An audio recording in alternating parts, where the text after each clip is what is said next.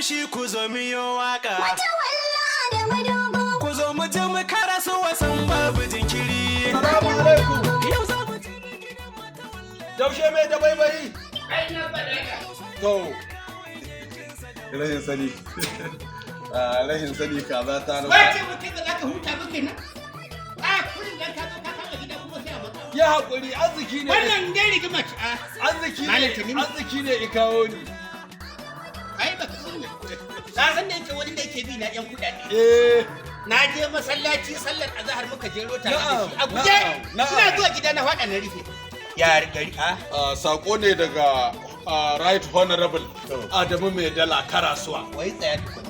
Kana so ka ce sako ne daga tsohon kakakin majalisa. Kuma dan majalisa mai Sabon ci dan majalisa yanzu. mai ci a yanzu.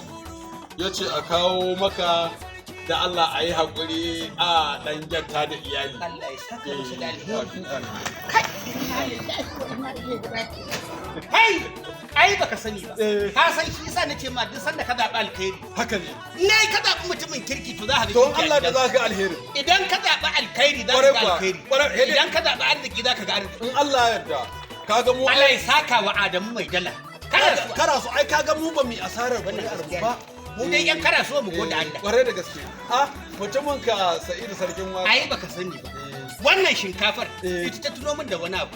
Ka san duk lokacin da nake ganin kamar haka na ba zai cimma ruwa ba. Sai Sa'idu sarkin waka na Dauda rarara ka buta. Ka gane ko? Sai ce malam Daushe a yi hakuri.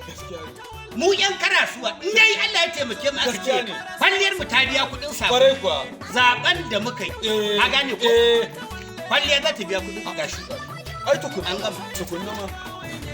Amarya ta shekaran jiya da jiya rigima muka yi sai ta tafi gida akan rashin shinkafa. Akan rashin shinkafa. Wallahi kawai da fito ga shinkafa ta zo har kina wani babban baki ke da ta gida. Ki fito ga mai zama daren zama daren ga Adamu mai Dala ya Ko ga shinkafa dan amarya ko ga ta nan ki dauka. To ni zan koma. A yanzu har wani dariya take ta ga shinkafa.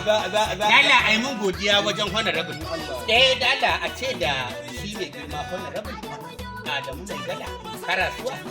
Kuma tsohon kakakin dan majalisar mu ko ba haka bane fatan mu in dai da yawa mu ƙuri'ar mu tasu Gaskiya ne. Allah ya saka masa da Amin, amin. kuma Allah ya biya masa burin sa na Amin, alheri don Allah ya Allah. tsare shi da tsarewarsa Amin, amin. har Allah ya bar shi da iyawarsa Allah ka iya masa da iyawarka Ya Allah ka amsa mai da kai bai. Allah ka mu dai yan amsa. Karasuwa mu gode Allah Ai wallahi Allah da wannan addu'ar da ka zanta ba A jihar Yobe? dai ka ji ana wajen bada dauri Kwarai ga tikitan goma. ka maka Allah ai mu Mai da da jihar Yobe biyu. mu dai yan Karasuwa a jihar Yobe kansa mai girma gwamna wato mai malago ne ya san cewar mu nan mun gode Allah